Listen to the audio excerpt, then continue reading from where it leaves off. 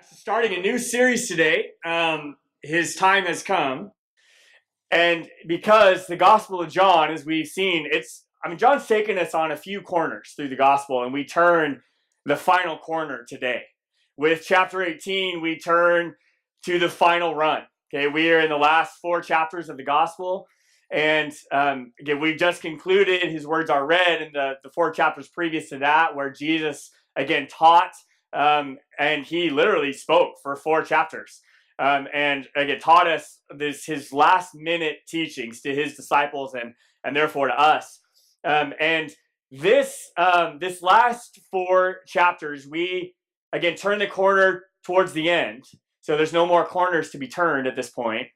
But John does go back to a more of a narrative style of writing. So we pick up the story where we left off in chapter 13. And so as we continue again on this story and in this, again, Jesus' time has come. And another theme we've seen through the entire Gospel of John is he continues to say over and over, like, my time is not yet here. My time is not yet come. And his time has come now. Okay, we are at the point, again, this chapter is where Jesus gets betrayed and arrested and starts the first half of his trial before Pilate.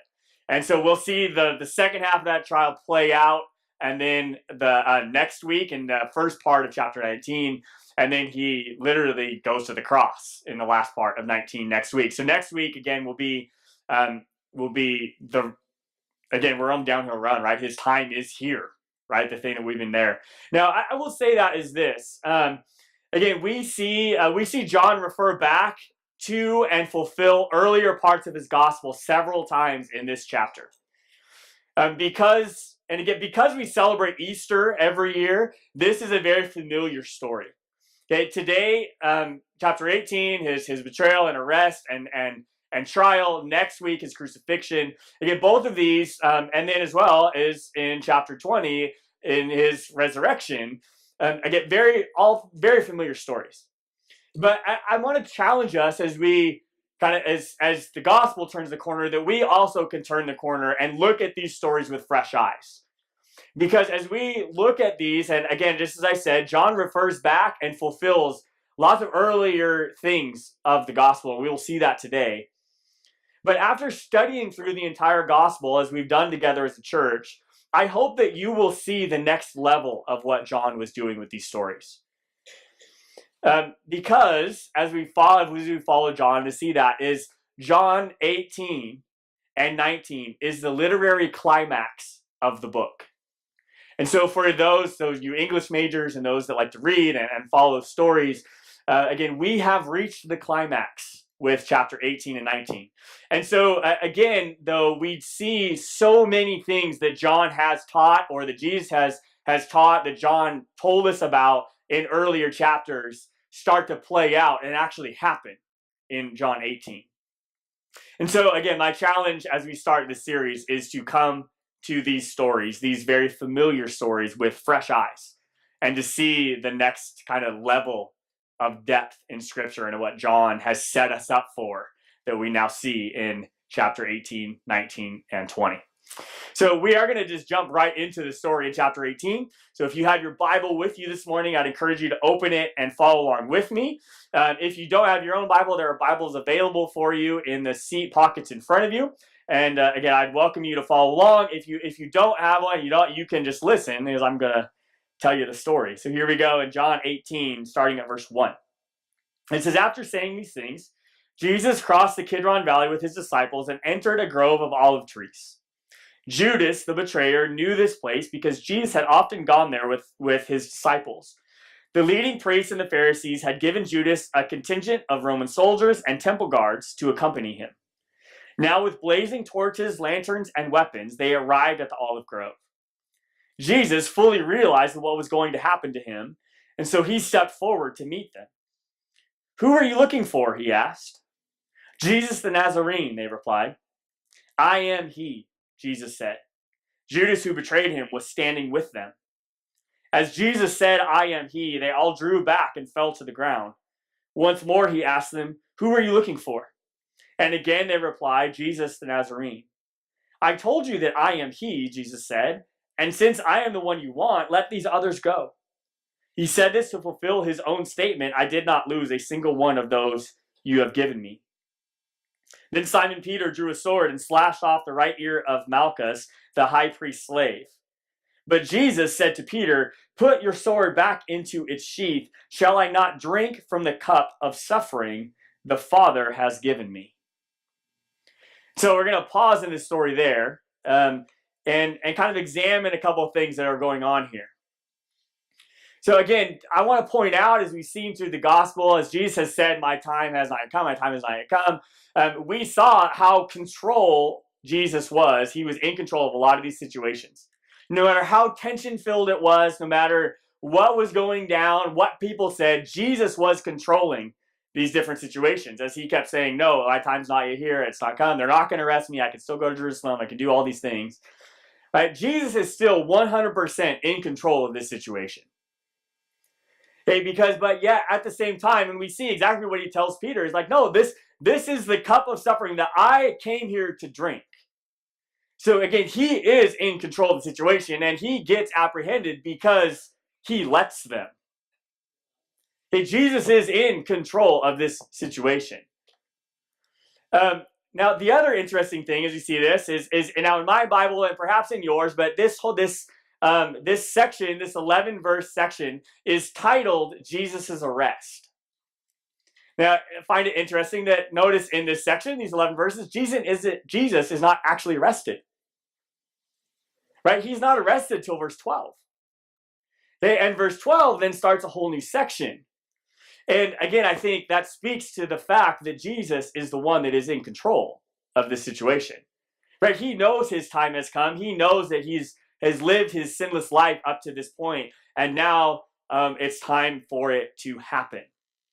Okay, the other thing that we see, this theme that continues on through into chapter 18 that we've seen through the entire gospel, is this theme of light and darkness, and the fact that we see from chapter 1 on that Jesus is identified as the light of the world. And now this analogy comes to full fruition through John's writing. Again, we've seen this happen a lot of times in a lot of different stories in different chapters about light and dark and people coming through the dark and coming into the light. We saw it in chapter 3 when he talks with Nicodemus. We saw it with Judas in chapter 13 when after that it says that he left and he went out into the darkness. And then we also see the significant point that Jesus was arrested at night.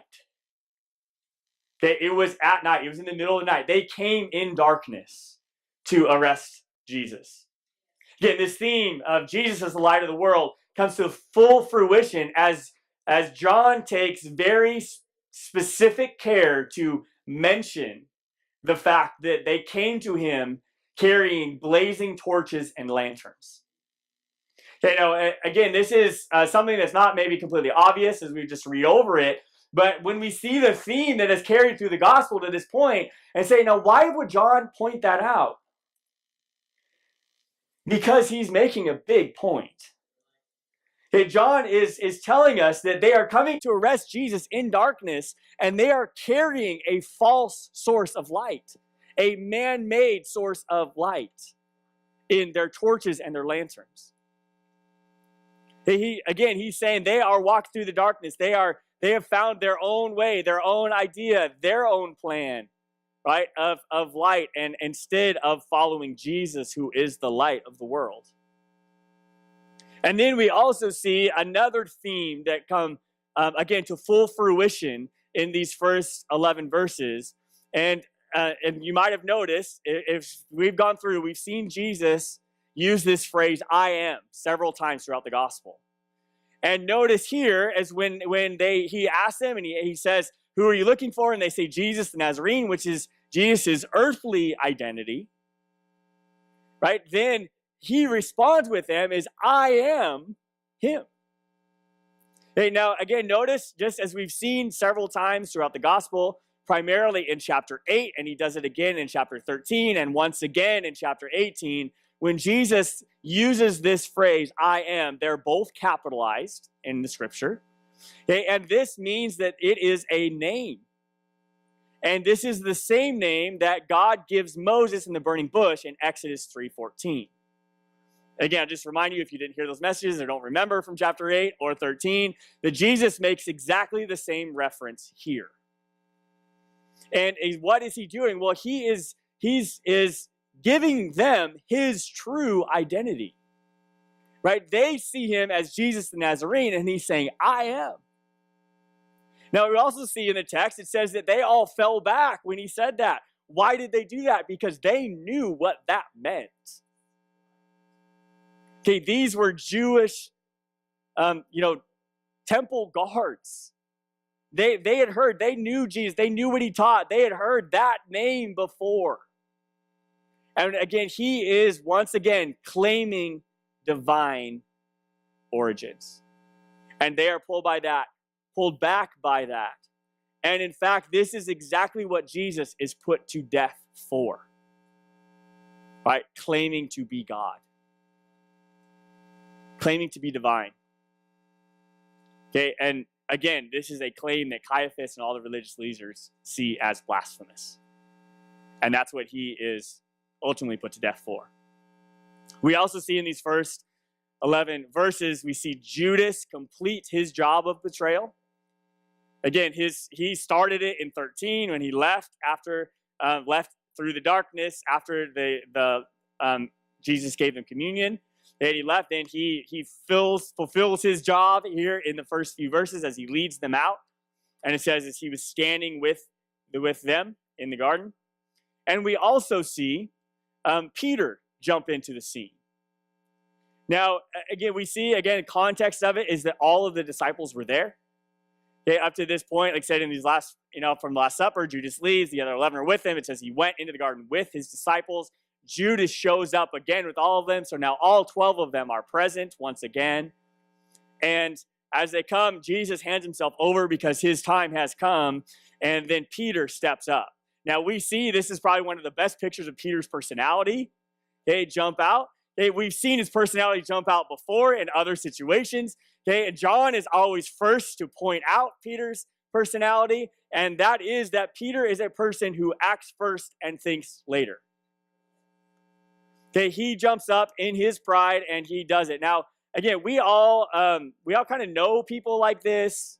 Maybe we're people. Of course, if we're a person like this, we kind of deny it, right, and say no, it's somebody else, right? But yeah, there are people like this in our world all the time. They act first and they think later. Okay, in fact, there is enough. They even make signs for them. Okay, do it right the first time. Plan ahead. Act first, think later, right? Again, there are lots of people like this in our world. And again, if you're that way, sometimes it's hard to admit, right? But we see Peter jump out in this. And then again, Peter becomes the center of attention and Jesus puts him back in his place. Okay, Peter, as an act first, think later type of person, literally tries to stop the chain of events that Jesus has set up. Okay, he steps in front of Jesus and notice Jesus' reaction to him. Wait, time out, Peter, time out. This is supposed to happen. Okay, I'm still in complete control. I'm supposed to drink this cup of suffering, and you need to get out of the way. It's time to think about this, Peter. Stop acting and think about it for a second. And this action also starts the downward spiral of Peter, which then plays its way out through the rest of the chapter. Now, as we realize this, and again, see that Peter steps up, puts his foot in his mouth once again, Judas is standing in the garden with the disciples. This kind of, again, that he's not been with the disciples since he left the night before. And as all 12 of them are standing there, we start to see Jesus living out the gospel of grace, even here, before he even goes to the cross. Because look at, again, Jesus's response in 8 and 9, even when Peter, right before Peter steps up, okay, is they all realize that no disciple is excluded by Jesus. Again, all 12 of them are present. Okay, 2 of them Jesus already knows is our betrayers. And yet, Jesus' response to these officers and these people that have come, he says, no, I told you that I am he. And since I am the one you want, let these others go. He did this to fulfill his own statement. I did not lose a single one of those you have given me. Again, this statement we saw last week in his prayer in chapter 17. And again, he did not lose a single one. Okay, let these others go. Who were these others? It was his disciples. Right? He's saying, don't drag them into this. Let them go. And he say, again, notice he didn't say, let these others go except for Judas. Peter's starting to go down. You might as well take him too. Okay, no, he said, let him go. He said, I did not lose one. Okay, we see Jesus, again, living out the gospel of grace. I mean, literally living out a prime example of what he taught his disciples to do, what he taught us to do. And he lives it out by example, starting in the garden with Judas right in front of him, with Peter next to him, both of them continuing to mess up. And I think this is an important principle for us to see. Right? Again, John's been setting this up, and now it plays out here, is that everybody's welcome on the journey. Right? As we see that, again, Jesus did not exclude anybody. That he included all of them, even his betrayers. And again, that is why it's one of the 4 core values of our church. Everyone is welcome on the journey. So let's continue the story in verse 12. Where it says, so the soldiers, their commanding officer, and the temple guards arrested Jesus and tied him up. First, they took him to Annas, the father-in-law of Caiaphas, the high priest at that time. Caiaphas was the one who had told the other Jewish leaders it's better that one man should die for the people. And then we get back to Peter. Simon Peter followed Jesus, as did another of his disciples. That other disciple was acquainted with the high priest, so he was allowed to enter the high priest's courtyard with Jesus. Peter had to stay outside the gate. Then the disciple who knew the high priest spoke to the woman watching at the gate, and she let Peter in. The woman asked Peter, you're not one of the man's disciples, are you? No, he said, I am not. Because it was cold, the household servants and guards had made a charcoal fire. They stood around it, warming themselves, and Peter stood with them, warming himself. Again, we see Jesus finally actually arrested and then taken to Caiaphas to stand trial. And we also then see, as we see that his trial and Peter intermingle here, but we then see kind of the two-faced identity of Peter in this chapter. Because we see, again, in verse 10, he was standing up for Jesus. He was literally fighting for him. Right? He was living up to things that he had said earlier in the gospel, saying, Jesus, I'm your guy. I'll even die with you. Right? And that's the way he acted in verse 10. And then we see him here in verse 17 denying about being a disciple. He denies being a disciple. In fact, Peter uses the exact opposite phrase that Jesus used to identify himself. Jesus said, I am, and Peter says, I am not. He lies. He straight out lies. And lies about his identity as a disciple. And again, he does this in a matter of minutes. Right? We see how fast Peter falls. From one moment in the garden, standing up and fighting for Jesus, to just a few minutes later, denying even knowing him. Now, John continues to build the story here and using these themes we've already seen of light and darkness. And it comes to fruition in John 18:18, where it says, because it was cold, the household servants and the guards had made a charcoal fire. They stood around it, warming themselves, and Peter stood with them, warming himself. Again, we see Peter moving further and further away from the light of the world and closer with those who have joined forces with the powers of darkness. Again, we see not just in John, but I think throughout all of Scripture that the evil is represented by cold and dark, right? And good comes with warmth and light. And John has already set this up with these same officers, these guys that they had a human source of light, they had a human source of warmth, and then we see these same guys, after they bring Jesus into this courtyard, then they create a fire. Once again, a man-made source of light and a man-made source of warmth. And where does Peter go? Peter goes to the fire. Remember, he's sitting there literally with exactly the same guys he was just fighting with moments earlier in the garden.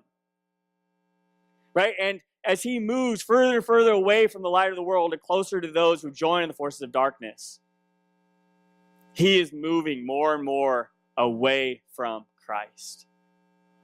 And he is diving quickly. He does this exactly the same thing that Judas did in 13:30. Okay, in John 13:30, it says, then Judas left at once and out into the night. And Peter, just like Judas did, is moving closer and closer to the darkness of the world and further from Jesus. In this moment, he's literally probably feet away from Jesus as he's bound and being questioned, and yet he could not be further away. Now, as we look at the comparison of these two men that John has set up and is continuing, we realize then that Peter and Judas both move away from the light of the world and toward the powers of darkness. They're both doing exactly the same thing. Now, they made a choice, right? They made this choice. They're living out their choice of leaving the light, the divine source of light, and moving towards man-made sources of light. By moving away from the light of the world and living more and more in the darkness. And as they do this, again, this is a very familiar concept in our world, something that we get and understand, right? All you have to do is just ask about Star Wars.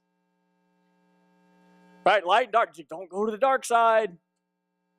Right now, for you non-Star Wars fans, right, we understand this concept as well and see even more and more of a serious subculture of America is coffee. Light or dark? Right? And exactly, we have our position and we know why. Right? Yes, light or dark. Again, we said, but light and dark, again, is very symbolic, right, of the light of the world and the darkness, powers of darkness. It is a theme that runs very, very strongly in John, and it's one that we see play out right here in Peter's life and in Judas's life in chapter 18. They each had different motives, but Judas was motivated by greed and Peter was motivated by pride. But they were both listening to the wrong voices and were being deceived and living out exactly what Jesus had taught them in John chapter 10. Again, remember back to John chapter 10, right? When Jesus talks about the point of the enemy. What is the goal of the enemy? What is his goal? In John 10:10, Jesus says, the thief comes to steal, kill, and destroy, but I come to give you life into the full. In John chapter 10, again, John set this up, and now we are seeing Judas and Peter play it out. Because a move towards darkness is a move towards being stolen, killed, and destroyed. And that is exactly what is at play here. And yet, a move towards Christ is a move towards a life to the full. A move towards the light. Right? A move towards true warmth. So the story continues in John 19. As Jesus is now questioned. John 19, he said in John 18, verse 19, inside the high priest began asking Jesus about his followers and what he had been teaching them. And Jesus replied, everyone knows what I teach. I've preached regularly in the synagogues and the temple where the people gather. I have not spoken in secret. Why are you asking me this question? Ask those who heard me. They know what I said. Then one of the temple guards standing nearby slapped Jesus across the face. Is that the way to answer the high priest? He demanded. And Jesus replied, if I had said anything wrong, you must prove it. But if I'm speaking the truth, why are you beating me? Then Annas bound Jesus and sent him to Caiaphas, the high priest. Now, first I want to start with the officer as he slaps Jesus, right? I mean, there's a point, again, as Jesus followers, when we're kind of like, boy, why would you slap Jesus like that? And again, in their culture and in the Jewish, especially in a trial type situation, there were rules about how you address the high priest.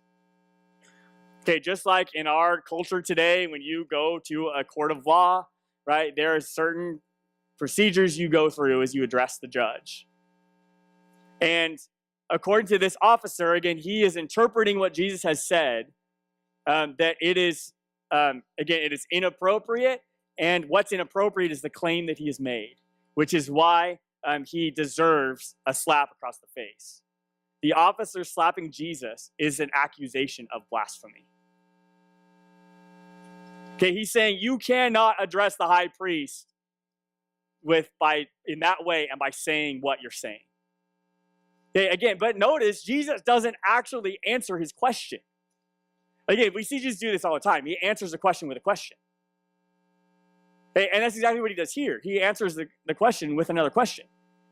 Right? Again, his answer to them was, why are you asking me? You don't have to ask. You know what I taught. I've taught it in synagogue. You've heard it. Okay, I've not done it in secret. He's like, I'm not making any claim tonight that I've never made at any other time. Right? And he says, and you know what? You don't even have to ask me.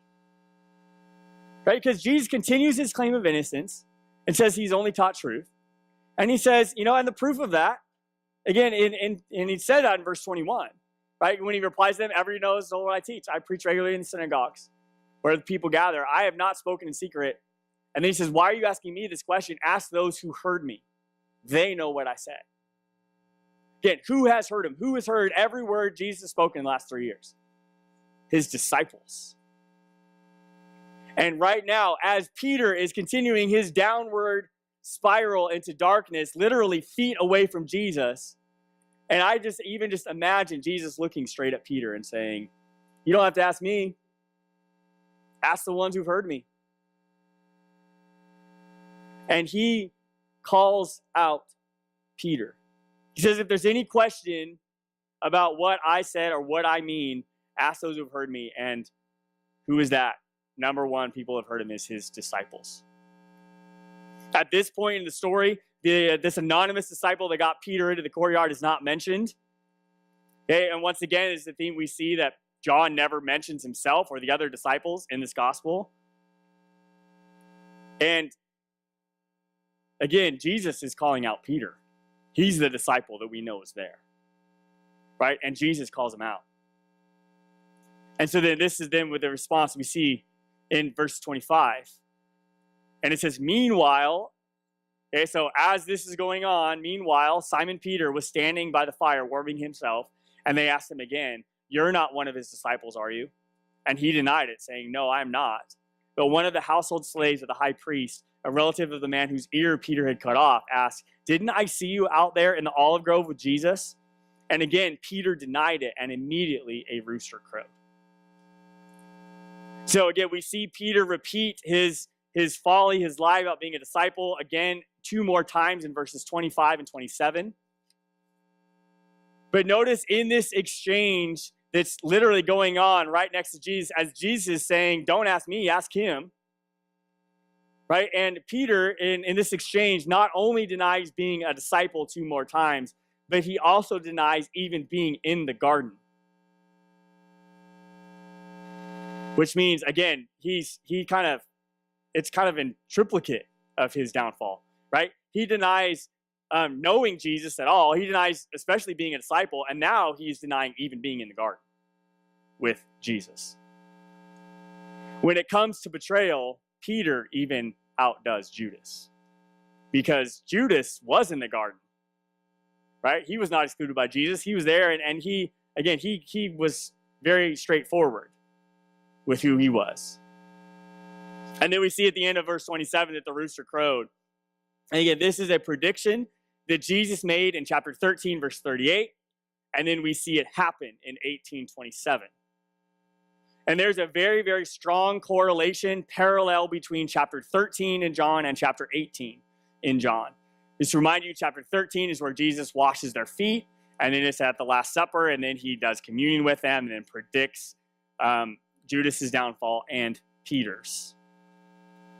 Now, there were only 2 disciples that were named in chapter 13, and there are only 2 disciples named in chapter 18. Perhaps this might be why John never wants to name himself, because the only disciples who are named are ones who betrayed Jesus. The first disciple, again, named in both chapters is Judas. We kind of know his story, right? And the second one is Peter, who denies even having an association with Jesus at all. And the thing that both of these men realize, okay, and through this situation in this chapter, is that everything that Jesus said is going to come true. Everything that Jesus said is going to come true. Both Judas and Peter had heard Jesus. They both knew what Jesus had taught. They were seeing it play out right in front of their eyes as they kept messing up. And I'm sure they realized that everything that Jesus said is going to come true. And again, I think that's a concept that we can live out in our lives. Everything Jesus said is coming true. Because again, we believe he spoke truth, and that's what he claims. And that's what we believe. But once again, though, I want to go back to say, again, into chapter 13. And again, why did Jesus tell them ahead of time what was going to happen? In 19, this is what he tells them in 13:19. He says, I tell you this beforehand, so that when it happens, you will believe that I am the Messiah. Again, the capitalized I am. And this was in chapter 13, right? Why did he do it? Because he cared for all of them. And then we, just like last week when we saw the heart of God in Jesus' prayer, we once again see now Jesus living out in his actions the heart of God as he is on his way to the cross. And what is Jesus' motivation and therefore the heart of God? It is love. It is love. Jesus is once again living out in front of his disciples the lesson that he had just taught, something we had seen him do several times in John. Then we continue on. The rest of this chapter is then when they take Jesus to Pilate. Pilate was the Roman official, okay, and Rome was again occupying Israel at this time, and so they were the governing body. And the religious Jewish leaders were the religious governing body. They were the political governing body. So they take him to Pilate and they bring him forward. And just in respect of time, I'm not going to read the entire text of this. I'd encourage you to do that on your own if you're interested to. But they bring Jesus to Pilate, and they have this. Pilate has this conversation, this interaction with Jesus. Right. First, they bring him to Pilate. Pilate's like, what are you doing? Why are you bringing this guy to me? And they say, because this guy needs to be punished. Right. And Pilate's like, well, fine, punish him. What does that have to do with me? And then they come and say, well, because you are the one that has authority to kill him. Right? And I think at that moment is where Pilate realizes that everything that's been going on with Jesus has all come to a head. Again, Pilate has been around in Jerusalem the entire time. He knows what's been going on. Okay, he knows the turmoil that Jesus has been causing. This is not news to him. This is not the first time that he's met Jesus. And as they bring him to them, then he has this interaction. And again, he has this predisposed definition of who Jesus is, right? Because nobody tells him, but yet the first question that Pilate asks is, are you really their king? Yeah, he knows what Jesus' claims were, right? He knew Jesus' truth and what he'd been teaching. And then they have this interaction between them. And again, Jesus kind of, tells him like, hey, you can say whatever, but like my life, is I just came to testify to the truth. Right? And so then Pilate comes to his own conclusion, right, in his interaction with Jesus. Okay, and again, Jesus says, hey, you know what? You can decide for yourself. I've just come to testify the truth. Okay, again, you've heard what I've said. And then Pilate, his conclusion is here in verse 38. Okay, when then he says, again, Jesus says, hey, just live according to the truth. Like, that's all I'm doing. And then he comes back to him. He's like, well, what is truth? Okay, again, Pilate already knows the truth, right? He understands what's really going on. In fact, he even knows the true identity of Jesus. He's seen him interact with people. Again, and Pilate is a Gentile. He is not a religious person. But yet he sees the identity that Jesus has claimed. And again, he knows the truth. But yet he's trying to figure out to weasel his way out of the truth. Right? Which is why he comes, again, he kind of pulls a Jesus and he answers the question with a question. I'm like, well, what is truth? Right? Okay, you tell me to follow the truth, but what is it? Right? But then notice, again, he doesn't even wait for Jesus to talk again. He goes right back out to the people and he tells them his verdict. Right? Which what he knows to be true. He tells them the truth. He's not guilty of any crime. Right? That is the truth. Again, Pilate knows the truth. Right? He sees that and he can see right into the truth. So Pilate knows, he's made up his mind that Jesus is innocent. So why doesn't he release him? Right? He knows the truth. Why doesn't he release him? Because that could be the end of the story, right? I mean, he could just, no, he's not. I'm not going to kill him. Do whatever you want with him. Right? But he doesn't. Why? Because the mob disagreed with him. Because he ended up following popular opinion instead of what he knew was the truth. Okay, and anytime that we follow the crowd instead of following the truth, it's dangerous. Anytime we follow the crowd instead of the truth, it's dangerous. And we, once again, take a step towards the darkness. And that's what we see Pilate do. Again, he knows that he's painted into a corner and he tries to get out of it with his Passover tradition of releasing a prisoner. But again, his motivation is all about public approval, not about living according to the truth. He knew the truth, but he tried to get out of it by living up to the truth however he could, or by avoiding the truth. And like I said, we see his venture continue next week as we get into chapter 19. Because like I said, we only see half of it here.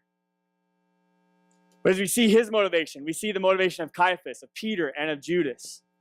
The thing I want us to realize as we conclude this morning is that every named character in this chapter other than Jesus had the same motivation. And that was selfish. Now, it started out differently. Like I said, Judas was motivated by greed. Peter was motivated by pride. Caiaphas was motivated by self-preservation. And Pilate was motivated by the approval of others. But it all plays out as selfishness. And the core of every sin is selfishness. The core of every sin is selfishness. We start from a lot of different places, but we all end up at the same one. Living for ourselves instead of living for Him. Living for God. Living up to the truth. They were all motivated by selfishness, and yet Jesus was motivated by love. So much so that He was living out the gospel of grace even on the way to the cross. And even when those closest to Him betrayed Him and abandoned Him and denied it over and over again, Jesus still lived out the truth of the gospel of grace. And again, all of these men made the same choice that we're faced with every day. Right? Is what are we going to be motivated by? Are we going to be motivated by our own selfishness? Or are we going to be motivated by love? And once again, John set this up to play out because what did he end chapter 13 with? Because he ends 18, right? Was saying Jesus, again, motivated by love. He ended 13 with these words of Jesus. So now I'm giving you a new commandment. Love each other. Just as I have loved you, you should love each other. Your love for one another will prove to the world that you are my disciples. Jesus lived out the gospel of grace in chapter 18 that he taught us in chapter 13. Right? And he's saying, again, how will the world know that you're Christians? By our love. Right? Because your motivation will be different. right, than the rest of the world. And so, again, that's the natural question for us then. What is our motivation in life? What are we living out? What does everybody outside of our life see as our motivation? And Jesus called them all out, but he lived out his own motivation, which the heart of God is love. So that's my final thought to you this morning. The light of the world reveals love. The powers of darkness bring out selfishness. So which would you rather live for? Again, it's a choice that all of these characters made, and it's a choice that all of us face every day. And as we journey more and more towards Christ, more to a life of the full, the more love we should be motivated by and the less selfishness. And again, we see John even point this out all the way to John the Baptist in chapter 3 of he becomes more and I become less.